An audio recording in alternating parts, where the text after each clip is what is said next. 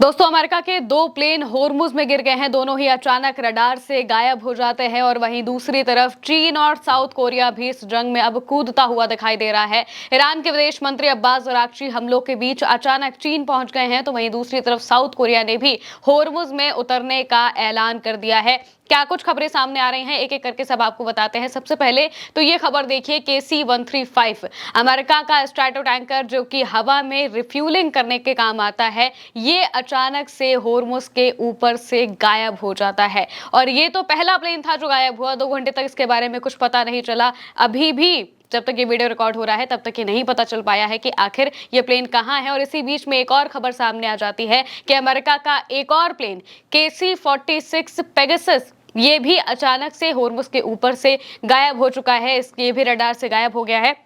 और इसके बारे में जो खबर है वो सामने आई है, होर्मुज रडार के हवाले से लिखा है, second US aircraft tanker the KC-46A Pegasus is now squawking 7700 after coming from the Strait of Hormuz and UAE, currently at 22,000 feet east of Riyadh and heading west across Saudi Arabia.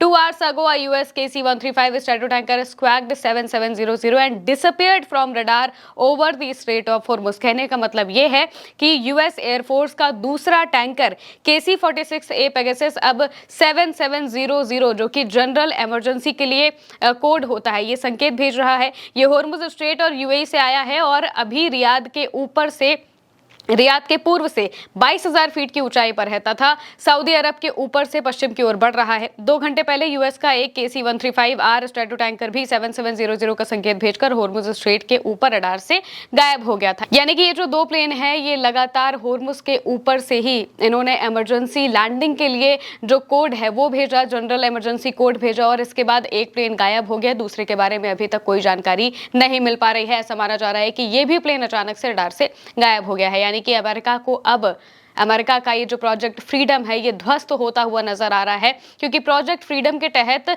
पानी से US की navy काम कर रही है और इसके अलावा हवा से अमेरिका की जो एयरफोर्स है वो काम करने का सोच रही थी। लगातार यूएस एयरफोर्स की जो तैनाती है वो मिडिल ईस्ट में नजर आ रही थी। खास करके अगर यूएई के इलाके की हम बात करें तो यूएई और कतर के इलाके में लगातार जो अमेरिका के एयरबेसेस हैं वहां से प्लेन्स उड़ रहे हैं, एक जगह से दूसरी जगह जा रहे हैं, और ऐसा ही यहाँ पर भी हुआ है। दरअसल जो KC-135 है वो यूएई के अल दाफरा एयरबेस से उड़ा था और इसे कतर के अल उदीद एयरबेस पर जाना था, लेकिन बीच में पड़ता है होर्मुज पर बीते दिनों से लगातार गोलीबारी हो रही है और ऐसा माना जा रहा है कि कहीं ना कहीं IRGC इस प्लेन को हिट कर सकती है और शायद इसी वजह से ये अचानक से गायब हो गया है, क्योंकि पहले इसने जनरल इमरजेंसी कोड भेजा, ATC को कोड भेजा, और फिर अचानक से ये रडार से गायब हो गया। इसके बाद इसे ढूंढने के लिए 2 हेलीकॉप्टर निकले हैं, लेकिन अभी तक प्लेन का कोई अता पता नहीं चल पाया है। इसके बाद बिल्कुल इसी जगह से थोड़ी सी दूर पर ही एक और जब प्लेन निकलता है KC-46 जो पेगासस है ये निकलता है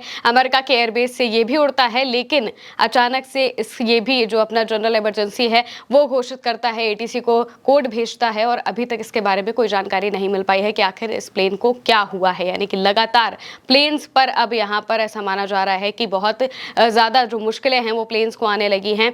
IRGC की तरफ से अभी कोई बयान तो नहीं आया है, लेकिन ज़्यादातर मीडिया रिपोर्ट्स में ऐसा कहा जा रहा है कि कहीं ना कहीं ईरान की तरफ से इसको लेकर कोई बड़ा हमला हो सकता है। वहीं दूसरी तरफ अगर हम बात करें स्ट्रेट ऑफ होर्मुज की, तो स्ट्रेट ऑफ होर्मुज पर बीते दिनों ईरान ने कुछ शिप्स पर हमला किया था, जिनमें से एक साउथ कोरिया का शिप था। और साउथ कोरिया के शिप पर हमला होने के बाद डोनाल्ड ट्रंप की तरफ से पोस्ट आता है, वो कहते हैं कि उन्होंने ईरान की 6 बोट्स पर हमला किया है, जो स्पीड बोट्स हैं वो पानी में डुबा दी है। लेकिन ईरान कहता है कि अमेरिका ने सिविलियन बोट्स पर हमला किया, IRGC की बोट्स पर हमला नहीं किया। लेकिन जब साउथ कोरिया के टैंकर पर हमला किया जाता है तो डोनाल्ड ट्रंप अपने पोस्ट में इस बात का जिक्र करते हैं कि अब साउथ कोरिया को भी अमेरिका के इस प्रोजेक्ट में आ जाना चाहिए और मिलकर होर्मुज को खुलवाने के लिए अपना जो कदम है वो बढ़ाना चाहता है। अब खबर आ रही है कि साउथ कोरिया अपने देश के कानूनों के हिसाब से इस चीज को कंसिडर कर रहा है और कभी भी वो भी होर्मुज में उतर सकता है। इसको लेकर जो खबर है वो भी सामने आई है। यहाँ पर लिखा हुआ है ईरान इंटरनेशनल के हवाले से,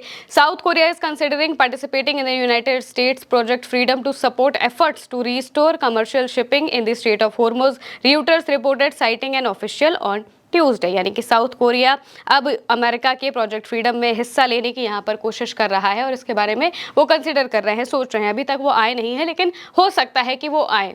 लेकिन ये देखना होगा कि वो किस तरीके से आते हैं, क्योंकि मौजूदा वक्त में जितने भी देश हैं वो ये बात कह रहे हैं कि हम आएंगे तभी जब हमले पूरी तरह से रुक जाएंगे। तो हो सकता है कि ये जो साउथ कोरिया है ये भी इसी बात को दोहराए कि जब हमले रुक जाएंगे तब हम इस प्रोजेक्ट में आएंगे और तब हम यहाँ से शिपिंग्स को, यहाँ से जो वेसल्स हैं उन्हें निकालने की कोशिश करेंगे। वहीं दूसरी तरफ ईरान के विदेश मंत्री अब्बास अराक्ची चीन की यात्रा पर अचानक से निकल गए हैं और चीन के राष्ट्रपति शी जिनपिंग से वो मुलाकात करेंगे, मौजूदा वक्त में जो स्थितियां बनी हैं उन पर बात करेंगे। और सबसे बड़ी बात यह है कि एक दिन पहले ही चीन की तरफ से बयान आया था जिसमें उन्होंने अपनी कंपनियों से साफ तौर से कहा था कि अमेरिका ये जो सैंक्शन लगाने की बात कर रहा है ईरान के तेल पर, इस पर आप बिल्कुल भी ध्यान मत दीजिए और चुपचाप ईरान का तेल आप खरीदिए। अमेरिकी सैंक्शंस को हम नहीं मानते हैं और किसी भी कीमत पर हम उनके आगे नहीं झुकेंगे। ये चीन का बयान आता है, यानी कि चीन भी इस जंग में वर्बली शामिल होते हुए दिखाई देता है, साफ तौर से अमेरिका के सैंक्शंस को मानने से इनकार कर देता है। और इसके बाद तुरंत जो ईरान के विदेश मंत्री हैं वो अब चीन की यात्रा पर निकल गए हैं। इसको लेकर जो खबर है वो IRIB के हवाले से लिखी हुई है। बताया गया है कि ईरान से FM Abbas Araghchi will travel to China today in continuation of diplomatic consultation with various countries, यानी कि चीन के अलावा भी वो कई जगहों पर जाएंगे और साफ तौर से यहाँ पर वो मौजूदा वक्त में जो डेवलपमेंट्स हो रहे हैं और अमेरिका को किस तरीके से संभालना है इसके बारे में वो बातचीत करेंगे। इस बीच में अमेरिका ने जब से ये अपना प्रोजेक्ट फ्रीडम शुरू हुआ है, इस बीच में ईरान के 3 के आसपास जो टैंकर है वो इस इलाके से निकल गए हैं। इसको लेकर भी IRIB ने खबर लिखी है। बताया गया है कि based on maritime tracking data from yesterday when the alleged Hormuz strait liberation operation began, at least 3 Iran linked vessels named Daria, Nooh gas and शाइवा crossed the strait of Hormuz, यानी कि अमेरिकी नाकाबंदी अमेरिका के प्रोजेक्ट के बीच में से अचानक से जो 3 ईरान के टैंकर है वो यहाँ से निकलते हुए नजर आते हैं। यानी कि ईरान लगातार अमेरिका की नाकाबंदी को भी, अमेरिका का ये मौजूदा जो प्रोजेक्ट है प्रोजेक्ट फ्रीडम, इससे ध्वस्त करता हुआ दिखाई दे रहा है। और अब तो अमेरिका के प्लेन्स भी गिरने लगे हैं, जैसा 40 दिनों की जंग में हो रहा था बिल्कुल वैसा ही अब दोहराते हुए नजर आ रहा है। फिलहाल के लिए मेरे यानी महिमा के साथ इस खबर में इतना ही। आप देखते रहिए उल्टा चश्मा।